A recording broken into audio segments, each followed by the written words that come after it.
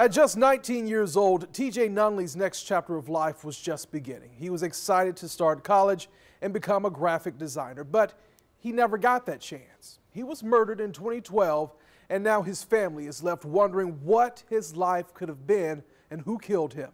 Here's Katie Jeffries with Unsolved. The bright yellow petals are unmistakable. I think my favorite thing to see now is sunflowers. That was our thing, sunflowers. Dina Westbrook's bittersweet love of the flower is rooted in the memories of her son, Thomas James Nunley. The middle child, with two sisters, TJ had picked up his mother's green thumb and his father's love of music. Gardening while blasting Beatles music is how Dina likes to remember her son. Not how his life ended. He was murdered in December of 2012. The last couple days I've done nothing but cry and think and wonder why.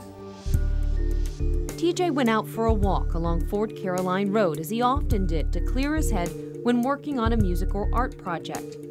His parents, on their way home from a Christmas party, drove past the crime scene, not knowing it was their son that had been shot in the chest and died. I think this one was also a robbery attempt that had gone bad. He was found shot in the roadway. Dina says when she got the news, she didn't want to believe it. She called out TJ's name in their home, but was only answered by silence. He could have given a lot to the world. He could have been a productive member to society and really given the world beauty. A lot of beauty. On a table, she spreads out pictures of TJ's life, from his first picture as a newborn to the last picture of him ever taken at a wedding. His loss is felt in every aspect of his family's lives. The hardest part for me was going to the grocery store and still buying everything that I always bought for him. I did that for a long time.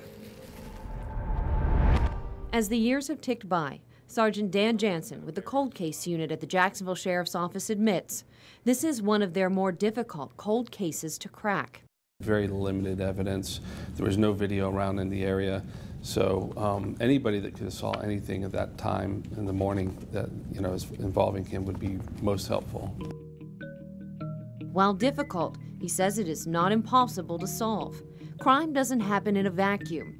People talk, and someone out there has information. It happens in many, many ways in different forms, but information does come to us. Dina says she firmly believes there are people out there who know who killed her son. And though her faith has helped her through TJ's death, she worries that her son's killer could take another life. Losing your child, and then now not knowing who did it so that person can do that to someone else. That bothers me more than anything, because I don't want anyone else to have to feel this pain. It's horrible.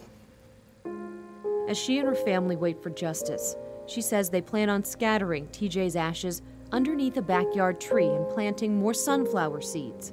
So even on the darkest day, they can look out the window and see something beautiful taking root in TJ's memory. In Jacksonville, Katie Jeffries with photographer Jeff Renfro for First Coast News. And there is a $15,000 reward for information leading to a conviction in the death of TJ Nunley. So if you know anything tonight, please call JSO or Crime Stoppers. Also, you can look for more of our Unsolved series. It's inside this story on firstcoastnews.com.